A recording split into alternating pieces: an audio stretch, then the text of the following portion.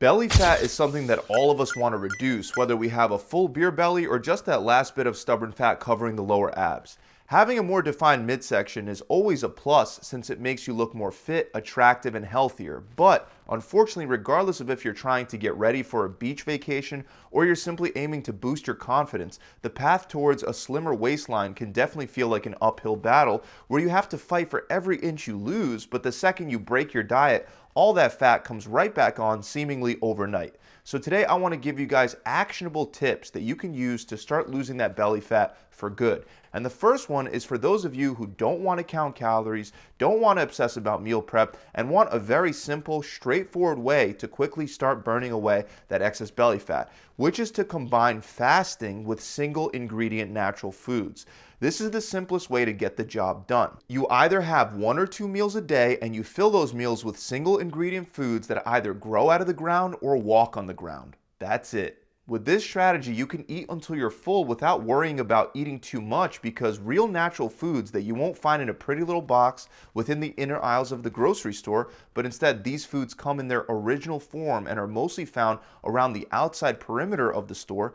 That kind of food is very filling and has a low calorie density, meaning there are very few calories within large amounts of those foods. So your stomach is naturally going to start feeling full for a very low amount of calories. And if you fill your stomach with low calorie density foods just once or twice a day, you're essentially guaranteed to wind up with a large calorie deficit, causing your body to draw energy from your fat stores, including your belly fat, without much thought throughout the process. The one downside is that it may take a little time to adapt to simply skipping breakfast if you're having 2 meals a day or waiting until dinner if you're just having 1 meal a day. But I guarantee you after just a week or 2 of fasting, your body will very much adapt by changing its hunger patterns and even changing when it releases hunger hormones like ghrelin versus satiety hormones like leptin.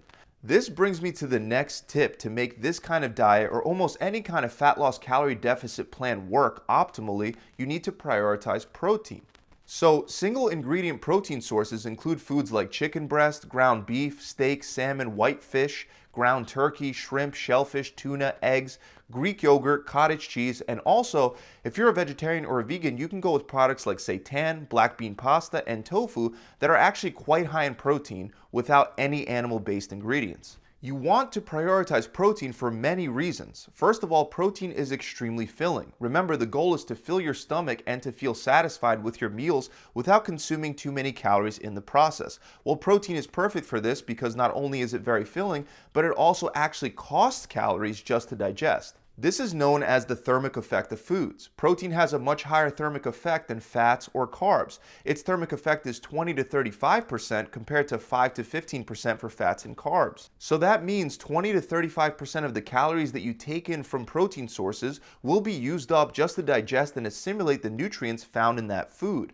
On top of all that, protein also helps you build and maintain muscle as long as you're getting at least 0.73 grams of protein per pound of body weight per day, which for most men will work out to about 1 to 2 pounds of animal-based protein sources per day. And that's another tip. Base your workouts around the purpose of building muscle rather than burning fat. I know it's counterintuitive, but your muscles are metabolically active tissues that require substantial amounts of energy to maintain. This forces your body to burn more calories even at rest. So you should be performing strength-based exercises like deadlifts, squats, bench presses, pull-ups, and rows with an average of 6 to 10 reps per set while using heavy weight. And your goal should be to continuously up that weight. As you do this over time, your muscle fibers will undergo microscopic tears, and that will trigger repair and growth over and over again. This process is known as muscle protein synthesis, which itself requires energy and triggers an elevated metabolic rate, allowing you to continue burning more calories even after you're done exercising. On top of all that, increased muscle mass will amplify insulin sensitivity, leading to better glucose regulation and minimizing fat storage. This is a big one that most people don't talk about and don't understand. Muscle literally helps you stay lean, and if your muscles are underdeveloped, you're always going to find it much harder to keep the belly fat off. To better illustrate this, understand that your muscles fill up with glycogen, which is essentially sugar or carbohydrates that have been stored within your muscles to provide energy for them to contract and work. When you lift heavy weights, you deplete a lot of that glycogen. So when you eat, let's say, a bunch of fruits and other healthy carbohydrates, the glucose that those carbs are broken down into can now be stored within those glycogen depleted muscles. However, if you have poor insulin sensitivity and your glycogen stores are full, you're far more likely to store carbohydrates as fat. Essentially, you can eat more carbohydrates by building more muscle and by engaging in strength-based workouts without having those carbohydrates spill over into your fat stores. So rather than fixating solely on cardio workouts, prioritizing strength training stands as an evidence-based approach to not only sculpt your physique, but to also make the process a more efficient and sustainable way to lose and keep the belly fat off. Going back to your diet, another thing to prioritize is fruits and vegetables. If you eat 1 or 2 meals a day and you just eat protein, fruits, and vegetables, it's a matter of time until your belly fat is completely gone. When you eat your meals, I recommend eating the protein and vegetables first because they tend to be less enjoyable than the fruits. Fruits are naturally sweet, and if you have a sweet tooth, you can eat a lot of fruit in a short amount of time and take in a relatively high amount of glucose, which, like I already mentioned, can spill over into fat storage.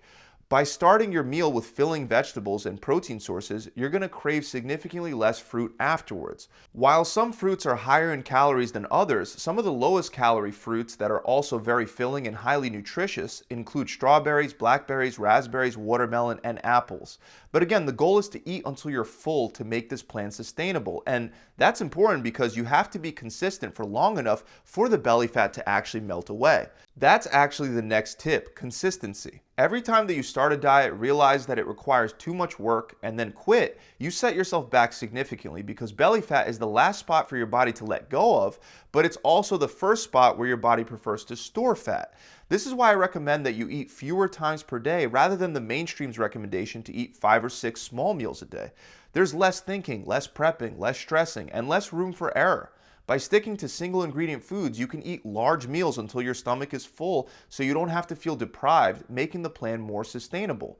Most people will tell you to control and micromanage your portions, but with the strategy I'm talking about today, you can eat until you're full. By not having to count your calories, you actually have a ton more freedom and far less stress. Your body will also feel significantly better sticking mostly to real single ingredient sources of protein, fruits, and vegetables. This is because these foods are packed with nutrients, and a diet that makes you feel better is far easier to stick to. But the only way you're going to stick to this plan is if you actually enjoy the meals that you're eating, which is why the next tip is to definitely include carbs and fats within reasonable amounts. So we haven't talked much about fats or carbs aside from fruits. Now, I don't want you to worry at all about protein sources that are high in fat like steak and salmon. Just count that towards the pound to 2 pounds of protein that you need to eat per day. When I'm talking about fats that make your meals more enjoyable, I'm mostly referring to butter and oils, which are very calorically dense. But you should add enough fat to make your meals actually taste good, since the meals themselves will be relatively low in calories as it is, and you'll be eating these meals infrequently. Typically 1 to 3 tablespoons of oil in the form of butter, avocado oil, olive oil, or coconut oil should be totally fine within one meal. Combine that with tasty all-purpose seasonings like adobo, and you can make some really delicious high-protein, high-vegetable-based meals.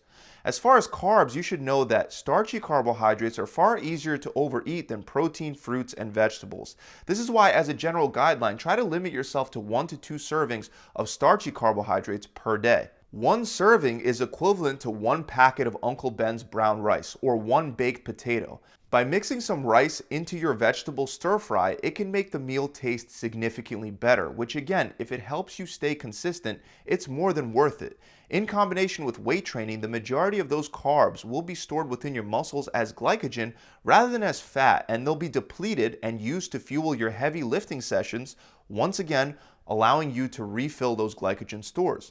Now, the last and final tip that's extremely important is to get enough sleep and to manage your stress levels.